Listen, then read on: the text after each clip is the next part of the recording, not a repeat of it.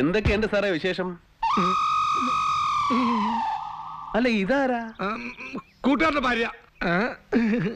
കൂട്ടുകാരന്റെ ഭാര്യ? ആ, ഒരു കൂട്ടുകാരന്റെ ഭാര്യക്ക് മറ്റൊരു കൂട്ടുകാരനൊപ്പം യാത്ര ചെയ്യുന്നതിൽ എന്താ കുഴപ്പമുണ്ടോ?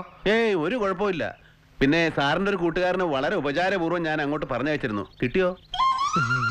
ഇനി അങ്ങനെയുള്ള കൂട്ടുകാരുണ്ടെങ്കിൽ എന്റെ അടുത്തേക്ക് ഇവിടെ മടിക്കണ്ട കേട്ടോ. അപ്പോ വരട്ടെ കൂട്ടുകാരാ. ഓ,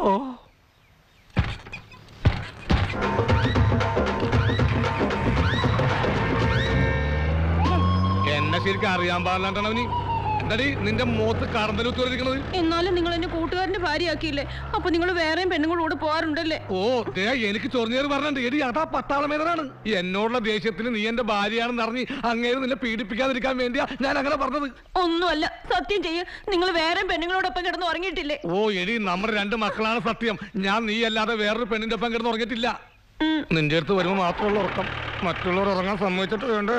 എന്താ? ഒന്നുമില്ല എന്റെ ചെമ്പകം.